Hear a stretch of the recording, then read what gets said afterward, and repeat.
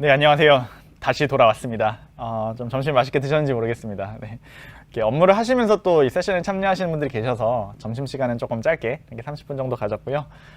이제부터 한 2시간 정도 더 발표를 드리고 오늘 세션을 마무리하고자 합니다. 혹시나 점심시간에 좀 실습을 하셨는지 모르겠습니다. 혹시나 그 퀵렉 관련해서 로그인에 어려움이 있거나 아니면은 그 실습에 접근하는데 어려움이 있으신 분들은 나중에 저희가 또 오피스 아워를 열 테니까 그때 오셔서 또 질문을 주셔도 좋을 것 같고요. 또 실습하시면서 기술적인 궁금함이 있거나 아니면 조금 더 실습을 해보고 싶다 하시는 분들은 이후에 계속해서 실습을 진행하시고 나중에 베스핀 글로벌과 메가존에서 진행하는 교육의 세션에 참여하시면 좋을 것 같습니다. 이제 주제를 좀 바꿔보겠습니다. 이번에는 GCP를 활용한 데이터 파이프라인의 시각화라는 주제에 대해서 한번 같이 이야기를 나누어 보면 좋겠습니다. 지금까지 계속해서 빅데이터와 관련된 이야기를 하고 있지 않습니까? 근데 빅데이터에 있어서 가장 큰 축이 바로 하드브입니다. 그렇죠? 분산 처리 시스템. 그렇죠? 하드브를 사용하실 경우에는 GCP에서는 데이터 프록을 사용하면 된다라고 말씀을 드렸고요. 또 하나의 축은 그 SQL을 활용한 데이터 분석인데요. 역시 GCP에서는 빅쿼리라는 제품을 사용하시면은 서버리스 방법으로 SQL 분석을 하실 수 있다라고 말씀을 드렸습니다. 그래서 이렇게 두 가지 제품을 사용하면은 뭐 페타바이트, 뭐 테라바이트와 같은 어마어마하게 큰 데이터를 굉장히 쉽게 분석을 할 수가 있게 됐고요. 그러면은 이제 주제를 좀 바꿔서 빅데이터와 관련해서 실시간 데이터는 과연 우리가 어떻게 분석할 수 있을까? 즉, 좀 전에 했던 이야기들은 사실은 대부분 좀 배치 데이터, 즉 어떤 파일 형태로 있거나 아니면 바운디드 데이터라고 하는데요. 어떤 고정된 데이터 값에 대한 이야기였고요.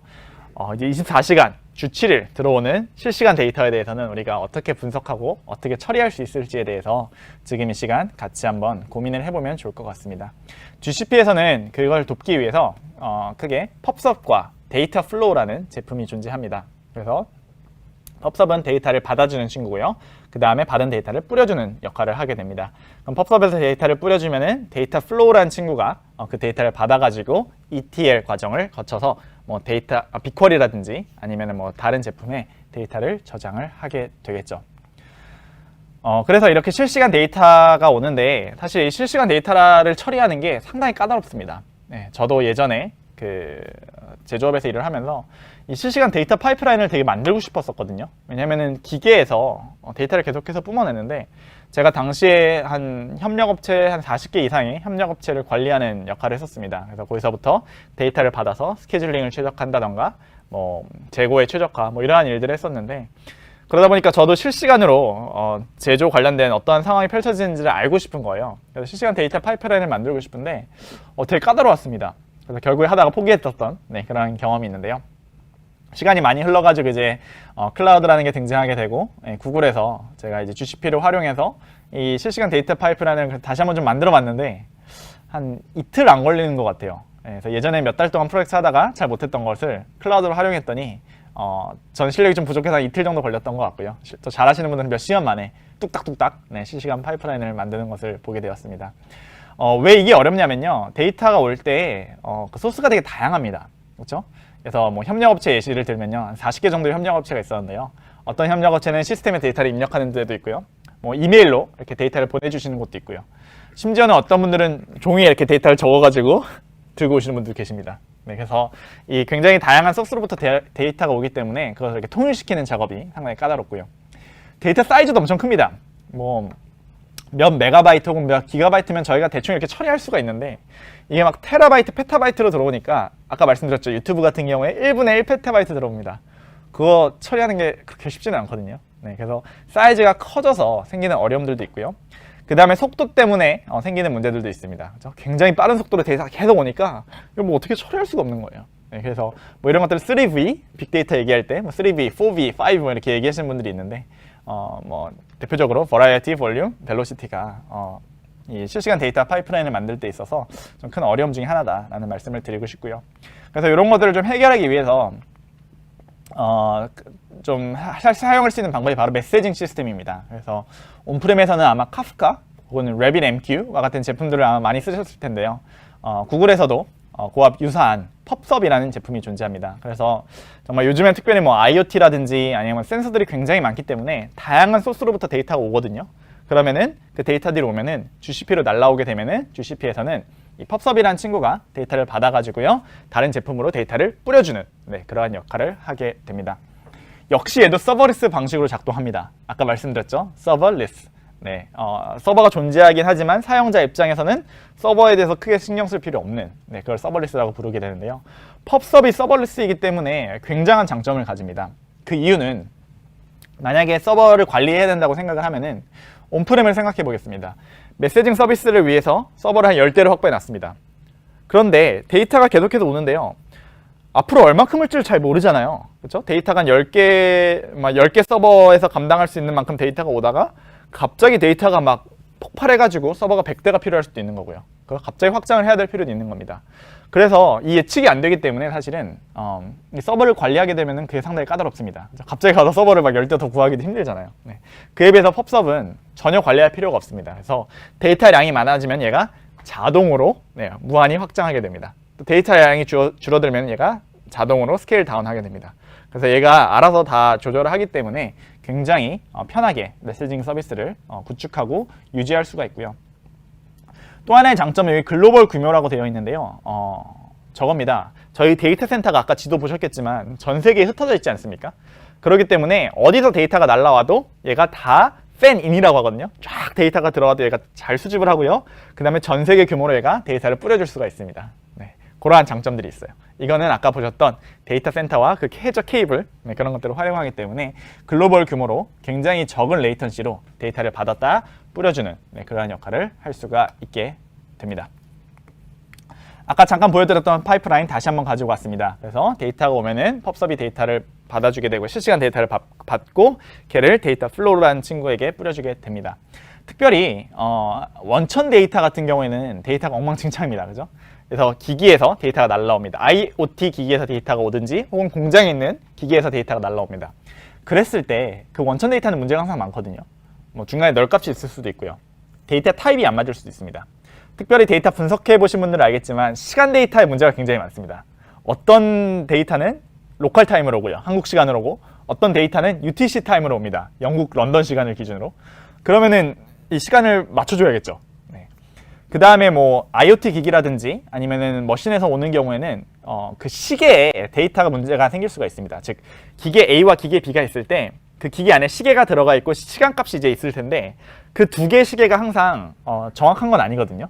그럼 실제로 현장에서는 기계 A를 지나고 기계 B를 지나간 순서대로 기계 A, 기계 B 이렇게 해서 제품이 생성이 되는데 그 데이터 값은 만약에 기계 B에 있는 시계가 잘못되면은 데이터로 봤을 때는 기계 B를 먼저 지나간 것처럼 보일 수도 있겠죠.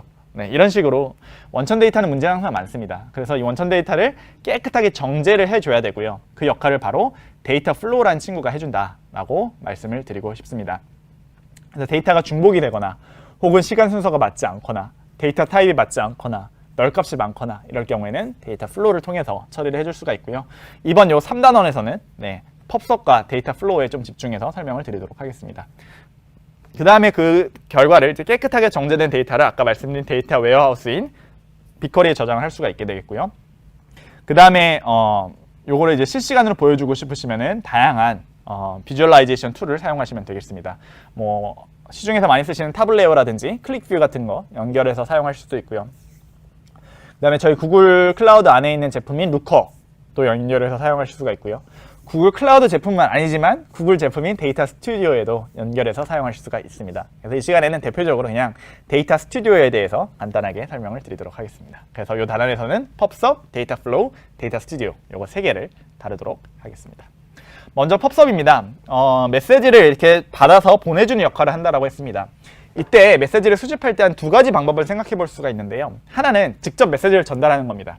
마치 우리가 누군가의 편지를 주듯이 직접 샌더가 리시버에게 메시지를 주는 그 상황을 생각해 보겠습니다. 둘 다 지금 기계 대 기계 커뮤니케이션이잖아요. 서버에서 서버로 데이터를 보내는데 둘 다 서버에 문제가 없으면은 너무 좋습니다. 그죠? 데이터가 잘 전달이 되겠죠. 근데 만약에 수신자 서버가 다운이 되어 있다든가 컴퓨터가 꺼져 있어요. 혹은 어떤 문제가 있습니다. 그러면은 바로 만약에 메시지를 전달하게 된다면은 메시지를 전달을 못할 수도 있겠죠. 이런 상황이 생길 겁니다. 혹은 받는 수신자는 한 명인데 정말 수백 대의 컴퓨터가 동시에 메시지를 보내요. 그러면 어때요? 받는 컴퓨터가 감당을 못하고 죽어버리겠죠. 셧다운이 될 수도 있습니다. 혹은 문제가 생길 수가 있습니다. 메시지가 전달이 안 될 겁니다. 그렇죠? 반대 경우도 마찬가지고요. 그래서 메시지를 전달할 때 이렇게 다이렉트로, 네, 저희 tightly coupled system이라고 부르는데요. 다이렉트로 이렇게 메시지를 전달하는 것은 네, 좋은 방법이 아닙니다. 네, 그래서 더 좋은 방법은 뭐냐면요. 메시지를 전달할 때 바로 보내는 사람이 바로 수신자에게 전달하는 게 아니라 중간에 매개체를 하나 둡니다. 미드웨어라고 해야 될까요? 매개체를 하나 두고요. 그 중간에 매개체로 메시지를 보냅니다. 그러면 중간에 여기는 메시지 버스라고 표현을 해놨는데요. 이 메시지 버스가 메시지를 수신자에게 보내는 이러한 아키텍처를 구축한다면은 조금 전에 말씀드린 그런 문제를 해결을 할 수가 있을 겁니다. 예를 들어서 수신자가 다운이 돼 있어요. 서버가 죽어 있어요. 그래도 괜찮습니다. 중간에 메시지 버스가 나중에 다시 메시지를 보내면 되겠죠. 메시지를 잘 가지고 있다가 수신자가 살아났을 때 그때 다시 메시지를 보내면 되는 겁니다. 또 수십 명, 수백 명, 수천 명의 기계들이 동시에 메시지를 보내도 괜찮습니다. 메시지 버스가 메시지를 잘 받았다가 하나씩 메시지를 보내주면 되겠죠. 그래서 좀 전에 생겼던 그런 문제를 해결을 할 수가 있습니다. 여기까지 설명을 드리면은 아마 머릿속에 한 2가지 정도 질문이 생기실 겁니다. 네, 첫 번째는 뭐죠? 네, 그쵸. 네, 굉장히 좋은 질문 주셨는데요. 메시지 버스가 죽어버리면 어떡하죠? 메시지 버스가 만약에 뻗어버리게 되면은 모든 메시지 다 잃어버리겠죠. 네, 그럼 문제가 심각해집니다. 그죠? 메시지 버스가 죽어버리면 문제가 생기고요. 두 번째, 메시지 버스가 작으면 어떻게 되죠? 네, 메시지 버스가 작으면 어때요? 수백만 개의 컴퓨터에서 메시지를 동시에 보내면 역시 데이터를 처리할 수가 없게 되겠죠. 왜냐면 메시지 버스가 너무 작으니까요. 네, 그래서 여기서 이 loosely coupled system이라고 하는데요. 이 시스템을 운영하기 위해서는 중간에 설명드린 이 메시지 버스는 항상 죽으면 안 돼요. 굉장히 안정적이어야 됩니다. 두 번째는 엄청 커야 돼요. 무지무지하게 커야 됩니다. 이 2가지가 항상 전제가 되어야 됩니다. 그렇지 않은 메시지 버스를 사용했을 때는 네, 메시지를 잃어버릴 수가 있고 오히려 더 상태가 심각해질 수도 있겠죠. 네. 펍섭은 굉장히 안정적이고요. 굉장히 큽니다. 네, 사실 이 얘기하려고 조금 전에 슬라이드를 설명했습니다. 저희 그 구글 데이터 센터에 어마어마하게 많은 리소스가 있지 않습니까? 그 리소스를 활용합니다. 거기에는 그 컴퓨팅 자원과 디스크를 활용해서 데이터를 저장하고 처리를 합니다. 그래서 어마어마하게 많은 메시지를 처리할 수가 있고요. 두 번째, 저희가 펍섭을 되게 오랜 기간 동안 운영을 해왔어요. 지난 10년 넘는 기간 동안 이 펍섭을 사용해 왔습니다. 구글 내부에서. 근데 사용해본 결과 굉장히 안정적이었습니다. 네. 제 말이 믿기지 않으신다면은 혹시 여러분들 구글.com, gmail.com 이런 거 써보셨나요? 네. 그거 할 때 이제 메시지를 주고받지 않습니까? 그때 이 펍섭의 기술을 사용합니다. 네. 구글.com이나 gmail.com 굉장히 안정적으로 쓰고 계시죠? 네, 아마 계실 거라고, 네, 안정적으로 쓰고 계실 거라고 생각이 드는데요. 저는 쓰면서 한 번도 얘가 다운된다거나 문제가 생기고 본 적이 없습니다. 그죠? 그래서 얼마나 안정적이냐면요. 제가 얼마나 구글.com을 신뢰하냐면요. 이거는 수혜 전에 구글에 입사하기 전부터 그랬습니다. 새로운 장소에 가서 네트워크를 연결하고 인터넷이 잘 연결됐나 확인하기 위해서 저는 항상 구글.com에 들어갔습니다. 왜냐면은 구글.com은 항상 안정적이라는 그 믿음이 있었기 때문이죠. 네. 그래서 구글.com이나 gmail.com에서 오랜 기간 동안 저희가 이걸 사용해 본 결과 굉장히 안정적이다라는 결론을 얻게 되었고요. 그 다음에 이거를 이제 고객 여러분들께도 공개를 하게 되었습니다. 그래서 펍섭을 사용하시면은 굉장히 안정적으로 또 어마어마하게 큰 캐파시티를 확보하셔가지고 사용하실 수가 있고요. 역시 서버리스 방법으로 작동을 합니다. 그래서 갑자기 메시지가 많이 오더라도 괜찮습니다. 펍서비치가 알아서 스케일 아웃을 하게 됩니다. 현미경을 가지고 펍섭을 좀 더 들여다보겠습니다. 그러면은 펍섭 안에는 크게 2가지 요소가 있고요. 하나는 토픽이라는 친구고요. 두 번째는 서브스크립션이라는 친구가 있습니다. 즉 펍섭 안에는 토픽이 있고 서브스크립션이 있습니다. 그래서 메시지를 쭉 오면은 메시지를 쭉 전달합니다. 그러면은 토픽이라는 친구가 메시지를 쭉 받아가지고요. 얘가 토픽과 연결된 다양한 서브스크립션으로 메시지를 뿌려주게 됩니다. 이때 는 브로드캐스팅을 합니다. 그래서 예를 들어서 하나의 토픽에 서브스크립션이 4개가 붙어있다. 그러면 어때요? 얘는 메시지를 4번 복사해서 4군데에 뿌려주겠죠. 그러면 각각의 서브스크립션은 최종 구독자에게 이제 메시지를 전달을 해주는 그러한 아키텍처로 구성이 되어 있습니다. 그래서 아마 이런 단어들 많이 보실 겁니다. 토픽, 서브스크립션. 그래서 한번 기억해 두시면 좋을 것 같고요. 요거를 조금 더 단순화시켜가지고 예시를 가지고 한번 그림을 한번 그려봤습니다. 예를 들어서 인사관리 메시징 시스템을 한번 생각해 보겠습니다. 회사 내에서 새로운 입사자도 있고요, 퇴사자도 있고 이랬을 때 그 HR, 인사관리를 해야 되지 않습니까? 그 시스템을 한번 생각을 해보겠습니다. 그랬을 때 어떻게 되겠어요? 회사에 보면은 정규 직원분들이 계시겠죠. 즉 저희 구글 같은 경우에도 저희 구글에 직접 채용이 되신 분들. 그러면은 그 채용이 되면은 그 채용된 정보를 어느 인사관리 시스템에 아마 저장이 되겠죠. 그 다음에 인사관리 시스템에서만 데이터를 가지고 있으면 안 됩니다. 그 정보를 어때요? 뭐 배지 시스템이나 연결을 시켜야겠죠. 보안 시스템이나 연결을 시켜서 뭐 입사한 다음에 이 배지를 가지고 네, 출입을 이렇게 해야 되니까요. 뭐 그 시스템이랑도에게도 정보를 줘야 되고요. 그 다음에 뭐 월급 관리 시스템 뭐 이런 데라도 연결을 해야 월급이 나가겠죠. 뭐 기타 등등 여러 시스템에 이제 메시지를 전달해야 됩니다. 그랬을 때 인사관리 시스템에서 메시지를 펍서브로 보내면 되겠죠. 네, 펍서브로 보내고요. 또 회사 내에는 뭐 회사에서 직접 채용한 인원도 있지만 뭐 협력업체 인원도 있을 수가 있고요. 혹은 뭐 컨설턴트도 많이 상주하고 있습니다. 저희 회사 같은 경우에도 다른 회사에서 오신 뭐 컨설턴트 분들이 같이 일하고 있고요. 그 다음에 뭐 다양한 함께 일하는 협력업체 분들도 계십니다. 예를 들어서 뭐 식당에서 이렇게 저에게 맛있는 식사를 제공해 주시는 분들도 뭐 출입 시스템에 접속을 하셔야겠죠. 네, 그래서 그러한 협력업체라든지 아니면 컨설턴트 이런 분들의 정보도 역시 협력업체 시스템에서 펍서브로 보내주게 되는 거죠. 좀 단순화시켰기 때문에 지금 이렇게 그려져 있는데요. 실제로는 같은 토픽으로 메시지를 전달을 하게 되면 될 겁니다. 그 다음에 그 토픽에서 아까 연결된 지금 같은 경우는 4개의 서브스크립션으로 이제 데이터를 브로드캐스팅 하게 되고요. 각각의 서브스크립션이 이제 각각의 시스템으로 데이터를 뿌려주면 되겠죠. 그래서 뭐 디렉토리 서비스라든지 시설 관리 시스템, 뭐 계정 프로비저닝이라든지 배지 활성화 뭐 이런 식으로 다양한 시스템으로 메시지를 이렇게 뿌려줄 수가 있게 되는 겁니다. 네, 그래서 이러한 아키텍처로 펍서브는 구성이 되어 있습니다. 네, 뭐 아주 어렵진 않으시죠? 그래서 조금 더 깊이 들어가면 조금 어렵긴 합니다. 네, 근데 이러한 개념을 잡고 그 다음에 문서를 보시면 아마 좀 더 쉽게 이해를 하실 수 있을 것 같습니다. 그러면 이제 메시지가 펍서브로 들어와서 이제 뿌려졌습니다. 근데 아까 말씀드렸지만 우리의 원천 데이터는 항상 엉망진창이에요. 얘를 깔끔하게 만들어줘야 됩니다. ETL 과정을 거쳐야 됩니다. 데이터를 프로세싱을 해줘야 됩니다. 그러기 위해서 뭐 다양한 걸 사용할 수가 있습니다. 아까 말씀드린 뭐 데이터 프로그를 사용할 수도 있고요. 혹은 빅쿼리를 사용할 수도 있습니다. 그런데 저희가 좀 추천해주고 싶은 제품은 바로 데이터 플로우라는 제품이 되겠습니다. 데이터 플로우는요, 그 위에 아파치 빔 API를 사용합니다. 아파치 빔은 예전에 구글 엔지니어들이 주축이 돼서 개발한 오픈소스입니다. 그래서 아무나 그냥 사용하실 수가 있어요.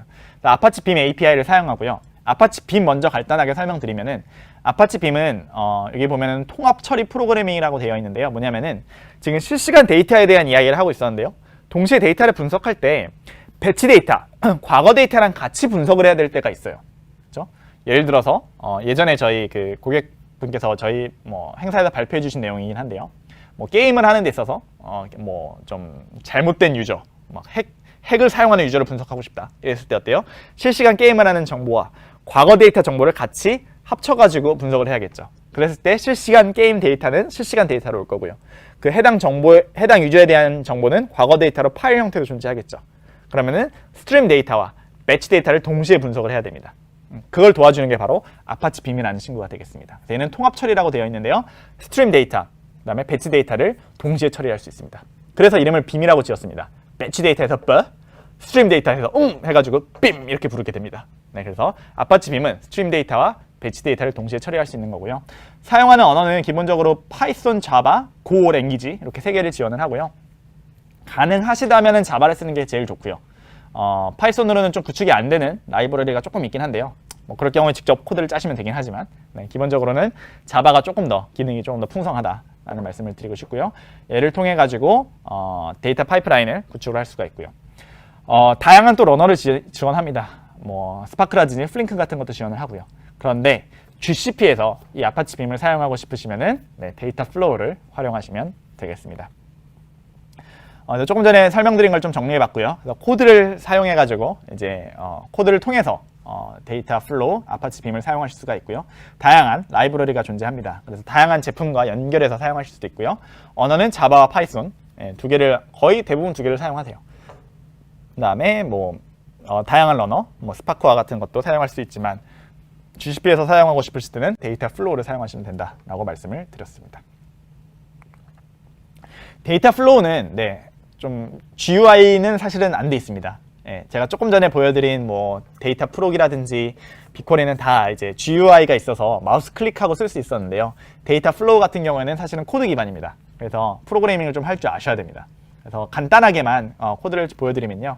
데이터가 왔을 때 저희가 하고 싶은 것은 원천 데이터를 뭐 필터링을 한다던가 혹은 그룹핑을 한다던가 뭐 하여튼 뭐 이것저것 좀 변환을 시켜가지고 데이터를 클라우드 스토리지에 저장을 하고 싶다라고 가정을 해보겠습니다. 그러면은 지금 같은 경우에는 처음에 자바로 표현을 했을 때 .apply 이게 하나의 트랜스폼입니다. ETL에서 하나의 T가 되겠죠. 그래서 데이터를 읽어와서 다양한 필터링, 그룹핑, 필터링, 트랜스폼을 거쳐서 클라우드 스토리지로 작성하는 그러한 코드가 되겠습니다. 그래서 이런 식으로 코드를 작성해서 사용하시면은 데이터 처리를 하실 수가 있고요. 그래서 혹시나 뭐 나는 머신러닝을 사용하고 싶어 라고 하시는 분들, 사실은 그 머신러닝에서 텐서플로우를 이용해서 코드를 짜는 것도 물론 되게 중요하지만 그것보다 더 많은 시간을 사실은 필요로 하는 게 바로 데이터 전처리 작업이거든요. 네.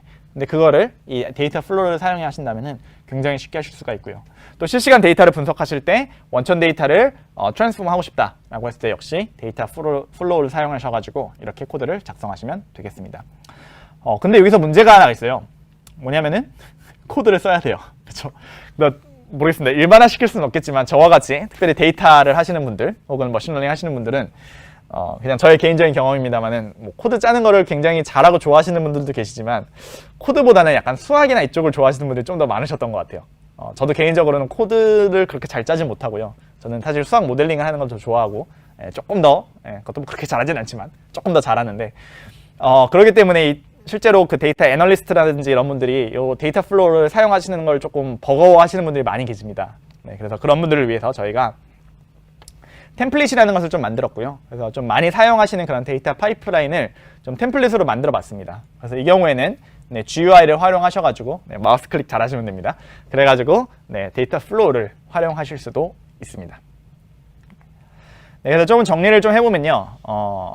데이터 플로우 같은 경우도 역시 서버리스 제품입니다.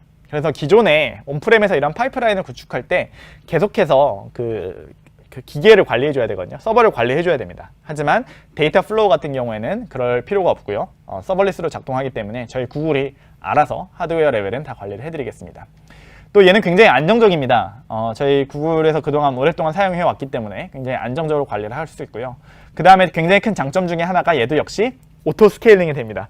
그래서 데이터량이 갑자기 많아지면 얘가 알아서 더 많은 워커노드를 할당을 하게 되고요. 워커노드는 아까 말씀드렸죠. 그 계산하는 친구들. 그래서 워커노드를 더 할당을 하게 되고요. 데이터량이 줄어들거나 컴퓨테이션 양이 줄어들게 되면은 얘가 알아서 워커노드를 줄여나가게 됩니다. 혹시나 코드를 좋아하시는 분들은 조금 전에 아마 한번 보셨을 텐데 이 코드를 보시면 맨 마지막에 출력되어 있고 옆에 p.run이라고 되어 있는 거 보이십니까? 이게 뭐냐면요. 바로 얘가 레이지 컴퓨테이션을 합니다. 되게 게을러요. 그러니까 바로바로 계산하진 않고요. 얘가 계산을 쭉 읽고 요 정도 계산이면은 내가 컴퓨터가 얼마나 필요하겠구나, 내가 워커노드가 얼마나 필요하겠구나, 얘가 계산을 한 다음에 마지막에 p.run을 실행할 때 그때 필요한 워커노드를 얘가 할당해가지고 계산을 하게 됩니다. 굉장히 똑똑한 친구입니다. 그렇죠? 그 다음에 이게 서버리스이기 때문에 사실 여러분들 입장에서는 좀 가시성이 떨어집니다. 지금 얘가 어떻게 동작하고 있지 좀 알고 싶으실 거예요. 그래서 데이터 플로우 같은 경우에는 어떤 모니터링이라든지 로깅의 기능을 제공을 하고 있습니다. GCP 안에서 모니터링과 로깅의 기능을 제공하는 게 예전에는 스택 드라이버라고 불렀고요. 최근에 이름을 좀 바꿨습니다. 그래서 오퍼레이션 스위트라고 부르게 되는데요. 오퍼레이션 스위트를 통해서 한국말로는 운영 제품군 이렇게 좀 지금 번역을 해보려고 하는데 이걸 통해 가지고 모니터링이라든지 아니면 로깅을 확인하실 수도 있습니다. 그 다음에 또 많은 분들이 클라우드 쓰실 때 걱정하시는 게 아니 기껏 다 마이그레이션 구글로 했는데 혹시 구글이 좀 별로면 어떡하지? 이런 고민들 좀 많이 하십니다. 쓰다 보니까 나는 다시 온프렘으로 가고 싶어 혹은 나는 다시 다른 클라우드 쓰고 싶어 하시는 분들 계실 겁니다. 그런 분들 계시다면은 자유롭게 락인되지 않고 나가실 수 있습니다.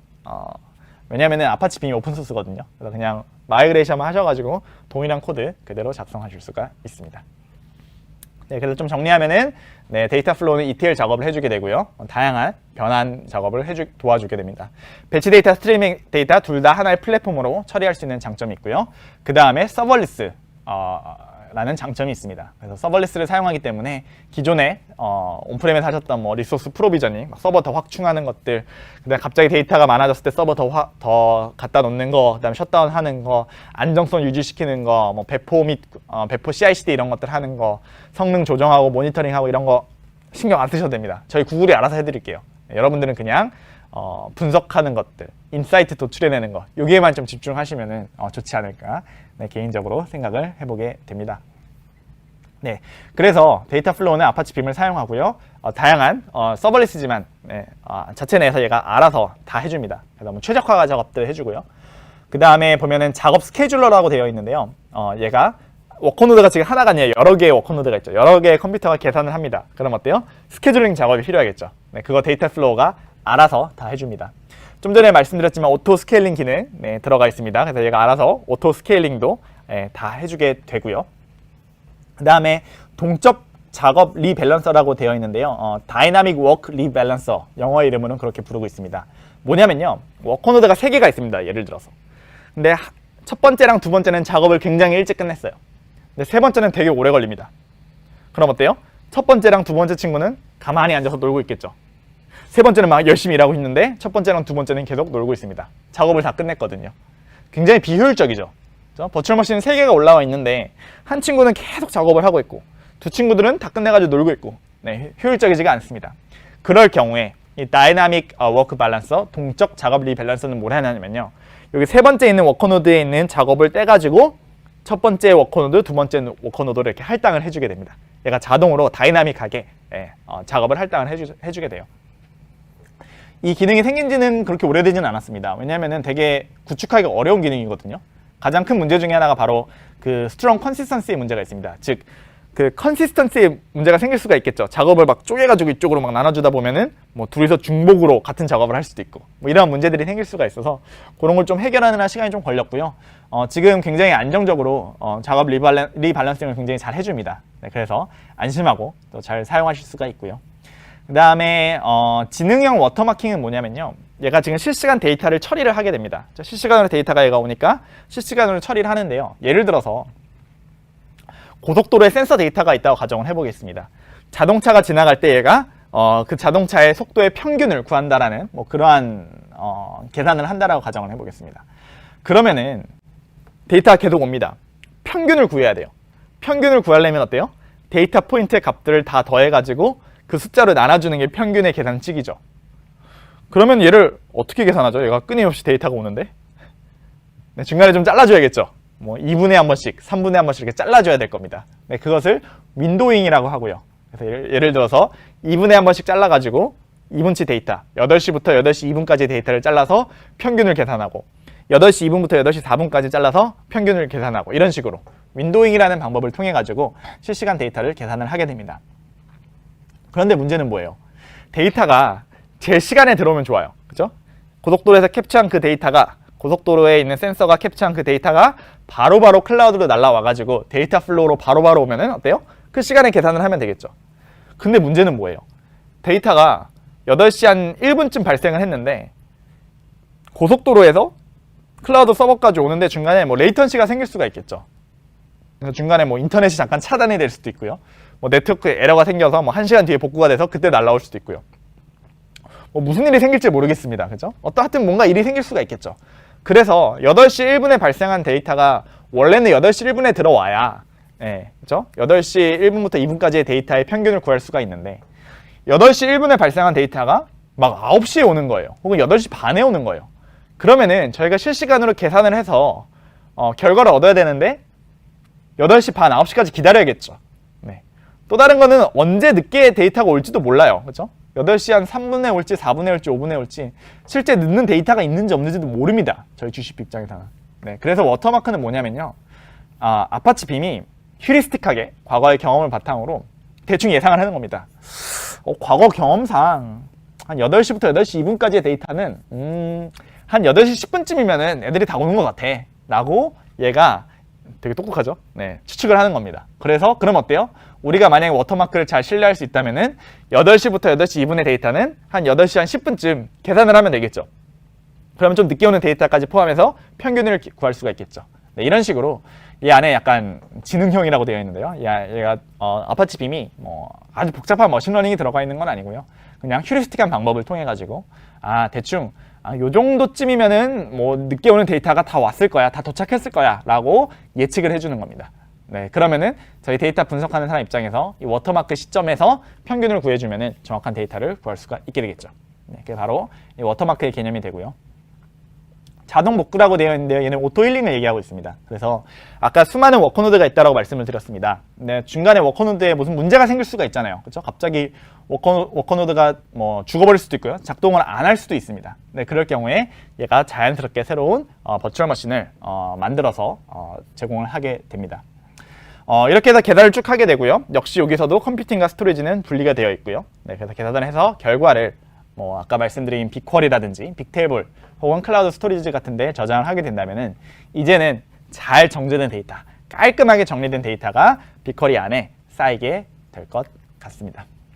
그래서 데이터가 들어오는 것을요, 저희가 소스라고 하고요. 데이터 소스, 그 다음에 데이터를 저장하는 곳을 저희가 데이터 싱크라고 부르게 됩니다. 저희 그 싱크거든요. 데이터 싱크. 소스에서 데이터를 받아가지고 데이터 플로우에서 트랜스폼을 한 다음에 데이터 싱크로 저장하는 이러한 아키텍처를 생각하시면 되겠습니다. 네, 그래서 좀 정리를 해보겠습니다. 데이터 플로우는요, 완전 관리형 서버리스 데이터 처리입니다. 데이터를 프로세싱하는 데 있어서 얘는 fully managed입니다. 저희 구글에서 하드웨어부터 시작해서 다 저희가 관리를 해주고요. 여러분들 입장에서는 그냥 코드만 작성해가지고 저희한테 서밋 하시면은 끝입니다. 그렇죠? 네, 그래서 굉장히 편하게 사용할 수가 있고요. 그 다음에 배치 데이터와 스트리밍 데이터 동시에 처리를 할 수가 있다라고 말씀을 드렸습니다. 그게 가능한 이유는 바로 아파치 빔을 사용하기 때문에 가능하죠.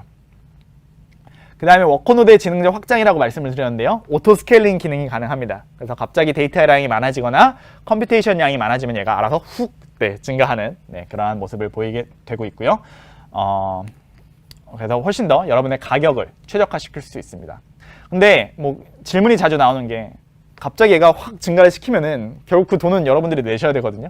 네, 그래서 여러분이 그 컨피규레이션을 좀 조정할 수 있습니다. 설정값을 바꾸실 수는 있어요. 그래서 나는 최대치를 뭐 얼마로 할래? 나는 100개를 최대치로 할래.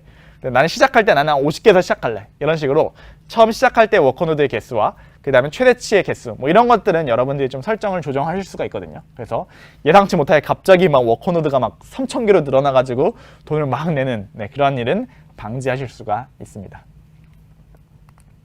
이렇게 해가지고 간단하게 펍섭과 데이터 플로우에 대한 소개를 올려드렸습니다. 그래서 데이터를 수신할 때 펍섭이 데이터를 받아서 데이터 플로우로 뿌려주게 되고요.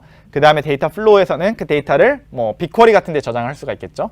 그 다음에 빅쿼리는 이제 다양한 시각화 프로그램과 연결을 시켜가지고 실시간 대시보드를 구축을 할 수가 있게 될 겁니다. 그래서 다양한 제품들이 존재하는데요. 그 중에서 오늘 대표적인 예시로 데이터 스튜디오에 대한 설명을 좀 드리도록 하겠습니다. 그래서 데이터 스튜디오는 굉장히 간단합니다. 마우스 클릭을 통해 가지고요, 뭐 차트를 그릴 수도 있고요, 그래프도 그릴 수가 있습니다. 그래서 굉장히 쉽게 좀 만드실 수가 있고요. 뭐 아마 뭐 타사 어떤 오피스 제품 이런 거 많이 써보셨을 겁니다. 거기서 마우스 클릭을 좀 잘 하시면은 뭐 차트도 금방 그리고 그래프도 금방 그리지 않습니까? 똑같습니다. 데이터 스튜디오도 굉장히 쉽게 이렇게 구글 닥스라든지 구글 문서, 구글 슬라이드 만들듯이 쉽게 만들어가지고 시각화 시킬 수가 있고요. 그 다음에 데이터 스튜디오 같은 경우에는 다양한 소스와 또 쉽게 연결할 수가 있습니다. 그래서 아까 말씀드린 뭐 빅쿼리 같은 것도 연결할 수가 있고요. 구글 스프레드시트 여기에 연결하실 수도 있고요. 그 다음에 다양한 다른 구글 제품들, 뭐 구글 뭐 A360이라든지 아날리티크 360이라든지 아니면은 뭐 더블클릭과 같은 그러한 소스로부터 데이터를 연결시킬 수도 있습니다. 다양한 커넥터들이 존재하기 때문에 뭐 혹시나 다른 소스, 빅쿼리가 아니라 다른 소스를 사용하시더라도 쉽게 데이터 스튜디오에 연결을 하셔서 그래프를 그리실 수가 있습니다. 그래서 이렇게 하는 법, 그냥 캡처로 이렇게 좀 화면에 이렇게 담아 두었는데요. 이렇게 캡처로 보여드리는 것보다는 직접 한번 데모를 통해 가지고 한번 보여드리도록 하겠습니다. 다시 데모 화면으로 넘어와 가지고요. 아까도 말씀드렸지만 데이터 스튜디오는 GCP 제품은 아닙니다. 구글 클라우드 바깥에 있는 제품이라서 여기 메뉴에는 없습니다. 여기 메뉴에는 없고요. 지금 제가 요 Gmail 계정으로 지금 로그인이 되어 있는데요. gmail.com으로 로그인이 되어 있는데 여기 옆에 점 3개 누르시면은 저희 구글 제품들 쭉 나타나거든요. 그 중에서 More from Google 이렇게 클릭을 하시면요. 저희 구글에서 제공하고 있는 모든 제품들이 이 화면에 나타나게 됩니다. 뭐 다양한 업데이트 뉴스도 이렇게 보실 수가 있고요. 얼마 전에 유튜브에서 졸업식 한번 했거든요. 온라인으로. 그래서 막 그때 저희 회장님, 순다 피차이 회장님께서 와서 뭐 졸업생들을 위한 메시지도 하셨고요. 요즘 코로나 때문에 졸업식 못하니까 유튜브에서 고등학교, 대학생들 졸업식 했거든요, 어저께. 그래서 뭐 그런 것도 했었고, 그래서 그런 스토리들이 담겨 있습니다. BTS가 와서 공연했더라고요. 네. 조회수가 하루 만에 700만이 넘어갔습니다. 어마어마한 것 같습니다. 어쨌든 이렇게 다양한 제품들이 이렇게 존재하고요. 쭉 밑으로 내려오면은 네, 전체 제품을 이렇게 보실 수가 있습니다. 그래서 일반 유저들이 사용할 수 있는 정말 이렇게 다양한 제품들이 있고요. 이렇게 많은 줄 모르셨죠? 보통 지메일이랑 뭐 구글 캘린더 이 정도만 사용하셨을 것 같은데 굉장히 많은 제품들이 준비가 되어 있습니다. 그 다음에 여기서 보시면은 For Business를 클릭하시게 되면은 기업용 제품들을 이렇게 확인하실 수가 있습니다. 그래서 저희는 지금 GCP, 구글 클라우드 플랫폼, 구글 클라우드에 대해서 설명을 드리고 있었고요.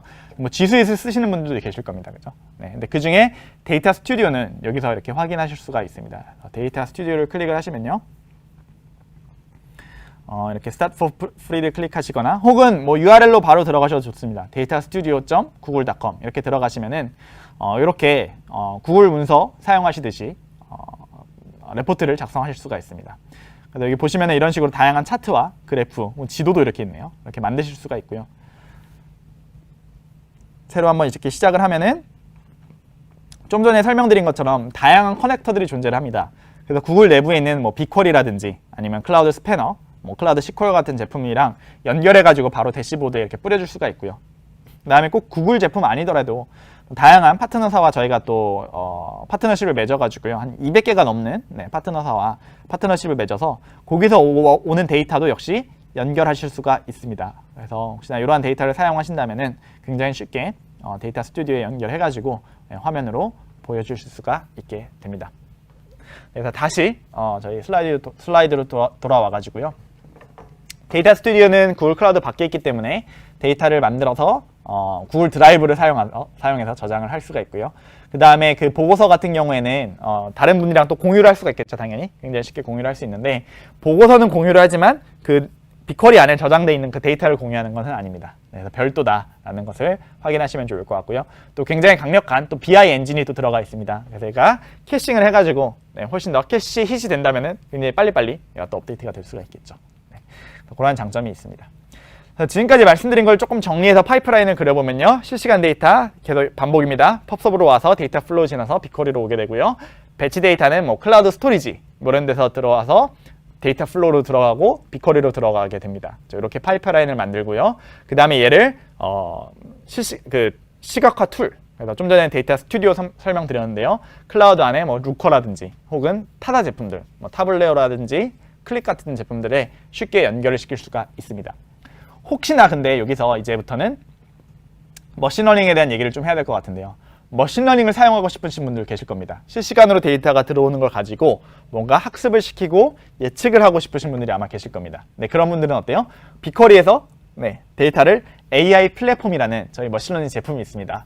글로 보내가지고 머신러닝 모델에 적용을 하셔도 되겠죠. 그래서 이렇게 해서 굉장히 간단하게 저희 데이터 파이프라인을 만들 수가 있고요. 지금 이렇게 그림만 보면 되게 간단해 보이지만 이거를 온프레미시스에서 구축하려면 상당히 까다롭습니다. 그런데 GCP에서는 이러한 제품들을 사용해서 쉽게 만들 수 있다는 말씀을 드리고요.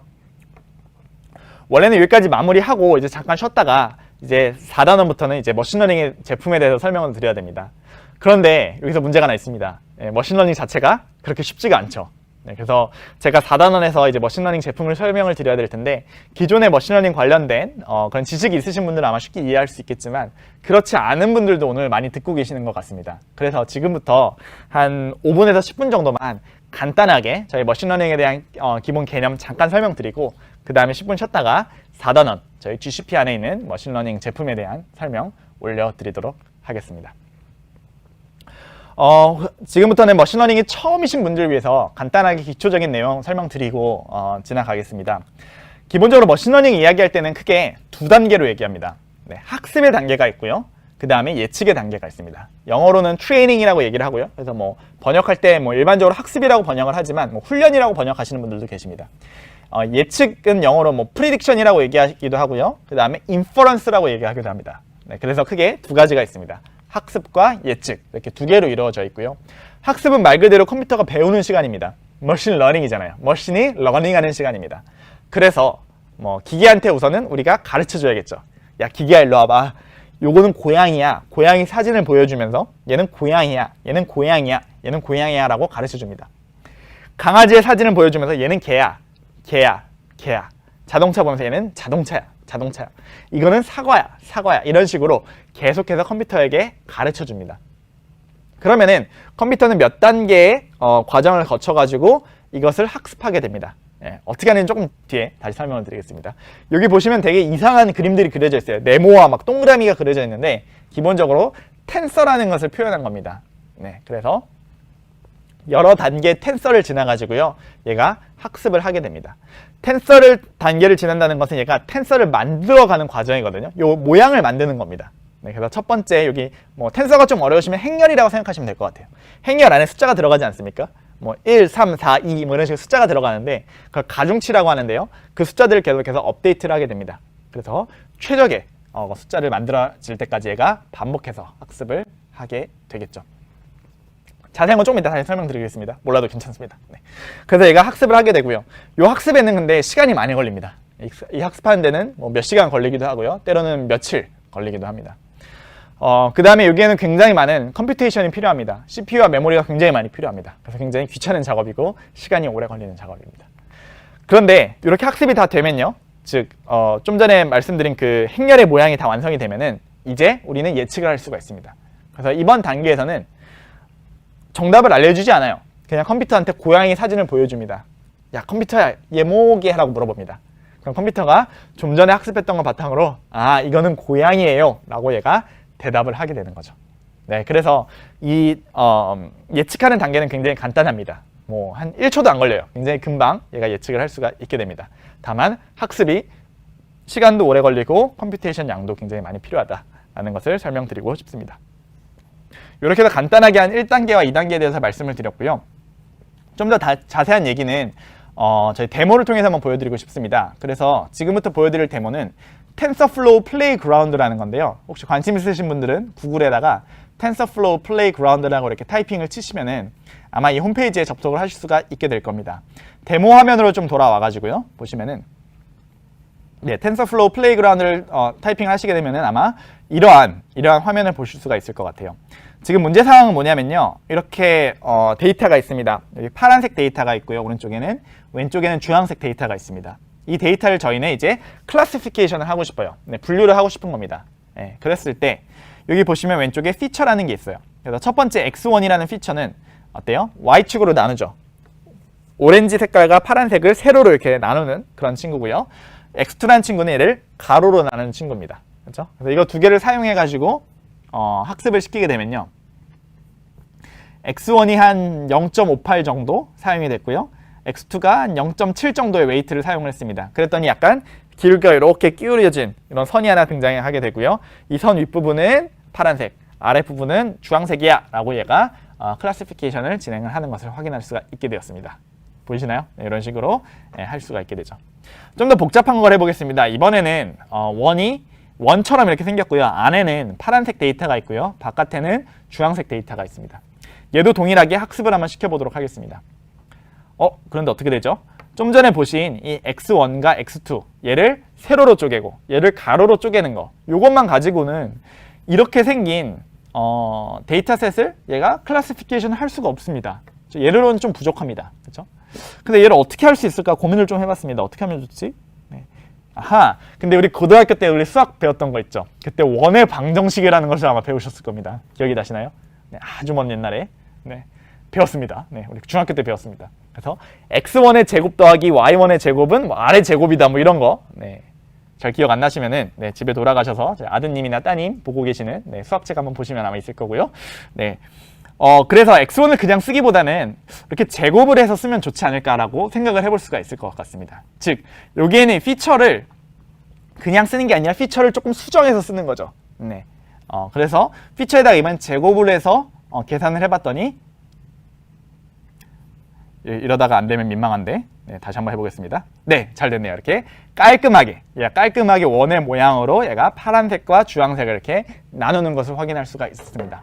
네, 이렇게 그냥 피처만 쓰는 게 아니라 피처에다가 뭔가 조작을 해줍니다. 제곱을 한다던가 계산을 하는 거, 이런 것을 저희가 피처 엔지니어링이라고 부르게 되고요. 이 피처 엔지니어링은 머신러닝의 정확도를 높이는데 굉장히 중요한 역할을 하게 됩니다. 즉 데이터를 그냥 그대로 쓰는 게 아니라요, 거기다가 뭔가 수학적 계산을 해서 제곱을 한다던가, 뭐 사인을 더해준다던가, 두 개를 더한다던가, 곱한다던가, 다양한 처리 작업을 해줘야 됩니다. 그래서 실제로 머신러닝 프로젝트 할 때는 이 피처 엔지니어링 하는데 시간이 굉장히 많이 걸리고요. 데이터 처리를 하는데 시간이 많이 걸리고 에너지가 많이 소모가 됩니다. GCP에서 만약에 이 피처 엔지니어링을 하고 싶다라고 하시면 어디서 하시면 되죠? 네, 감사합니다. 네, 맞습니다. 바로 데이터 플로우라든지 데이터 프록에서 이러한 피처 엔지니어링을 하시면 되겠습니다.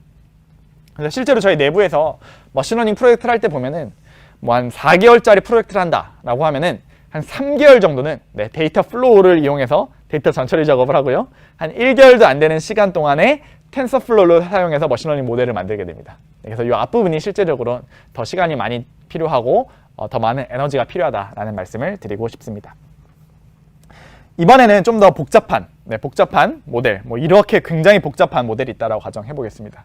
그럼 어때요? 피처 엔지니어링을 이렇게 해도 막 두 개를 곱하고 막 사인 함수를 붙여도 얘를 클래시파이 하는 것은 굉장히 어렵습니다. 그렇죠? 데이터가 이번에 너무 복잡해요. 그래서 피처 엔지니어링을 해가지고는 조금 답이 잘 안 나올 수도 있습니다. 그렇죠? 네. 이럴 경우에 저희가 할 수 있는 것은 이 중간에 있는 이 레이어라고 하거든요. 이 레이어의 개수를 늘려주는 겁니다. 그 다음에 각각의 레이어에는요, 뉴런이라고 불리는 친구들이 있는데요. 이 뉴런의 개수를 역시 또 늘려줄 수도 있을 겁니다. 레이어를 여러 개로 늘리고요. 뉴런도 여러 개로 늘릴 수가 이렇게 있습니다. 네. 그래서 이렇게 레이어도 늘리고 뉴런도 늘리게 되면은 어때요? 시간은 좀 더 걸리겠지만, 굉장히 많은 시간을 걸리지만 지금 보이면은 얘가 어때요? 조금씩 이렇게 클래시피케이션 하는 걸 보실 수가 있습니다. 그죠? 조금씩 정확해지죠. 네, 시간을 좀 더 보내게 되면은 조금씩 정확해집니다. 네. 그래서 굉장히 복잡한 모델이 있을 경우에는 레이어의 개수를 많이 늘려주셔야 됩니다. 네. 그래서 레이어 개수를 많이 늘리다 보니까 어때요? 얘가 굉장히 이걸 뉴럴 네트워크라고 하는데요. 이 뉴럴 네트워크가 굉장히 복잡해졌습니다. 굉장히 깊어졌어요. 굉장히 딥해졌습니다. 그래서 이 뉴럴 네트워크를 저희는 딥 뉴럴 네트워크라고 부르게 되고요. 딥 뉴럴 네트워크를 활용한 머신러닝을 저희는 딥러닝이라고 부르게 됩니다. 물론 뭐 정의하시는 분마다 정의가 조금 다르긴 하지만 적어도 저희 구글 클라우드 교육팀에서는 이렇게 정의를 하고 있습니다. 그런데 보시면 이렇게 한 번에 얘가 잘 되지 않습니다. 지금도 해봤는데 좀 잘 안 되는 것 같아요. 잘 안 되면 어떻게 해야 되죠? 얘를 레이어를 뭐 좀 줄이거나 추가할 수도 있고요. 뉴런을 더 줄이거나 추가할 수도 있습니다. 네. 이런 뉴런의 개수, 레이어의 개수를 저희가 하이퍼 파라미터라고 하는데요. 네. 하이퍼 파라미터를 조정을 해줘야 됩니다.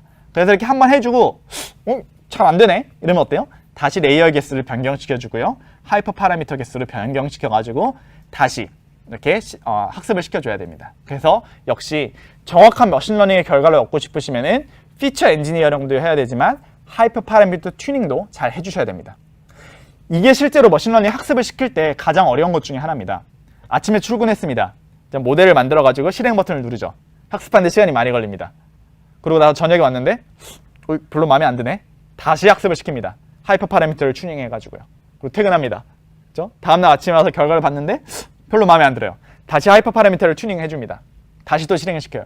이게 실험을 여러 번 해야 됩니다. 데이터 사이언스잖아요. 그죠? 실험을 여러 번 해줘야 됩니다. 시간이 많이 걸리고 굉장히 복잡한 작업입니다. 그래서 온프렘에서 할 때 많은 분들께서, 많은 데이터 과학자분들, 머신러닝 엔지니어 분들께서 이런 것 때문에 고민을 많이 하십니다. 시간이 너무 많이 걸리고요. 하이퍼 파라미터를 이거 어떻게 해야 돼요? 과학적인 이유가 없습니다. 이 하이퍼 파라미터 튜닝 하는데 5개가 좋을지 6개가 좋을지 어떤 로지컬한 논리적인 그 설명이 없어요. 예, 제가 너무 궁금해가지고 작년에 이 딥러닝을 만드신 분, 제프리 힌튼이라는 분이 계신데 캐나다 교수님인데요. 그분을 작년에 뵌 적이 있었는데 같이 이제 교육하러 갔다가 그래서 그분한테 물어봤어요. 이거 어떻게 해야 되냐니까 그분도 뭐 지금 모른대요. 네.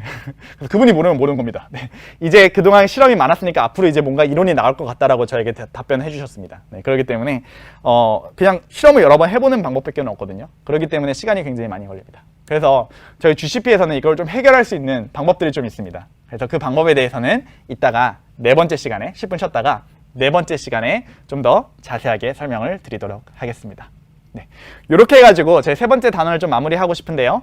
저희는 데이터 파이프라인 만드는 것에 대해서 설명을 드렸고요. 그래서 실시간 데이터를 이제 처리를 할 수가 있게 됐고, 그 다음에 이제 머신러닝 제품에 대해서 설명을 드려야 되는데 그 설명을 드리기 앞서서 혹시나 머신러닝이 처음이신 분들을 위해서 간단한 기초 개념들, 뉴럴 네트워크가 뭔지, 딥 뉴럴 네트워크가 뭔지, 피처 엔지니어링이 뭔지, 하이퍼 파라미터 튜닝이 뭔지, 그 다음에 트레이닝과 프리딕션, 뭐 이러한 주요 개념에 대해서 아주 간단하게 설명을 좀 올려드렸습니다. 이 개념을 바탕으로 해서 이제 10분 쉬었다가 본격적으로 머신러닝 제품에 대한 설명을 드리도록 하겠습니다.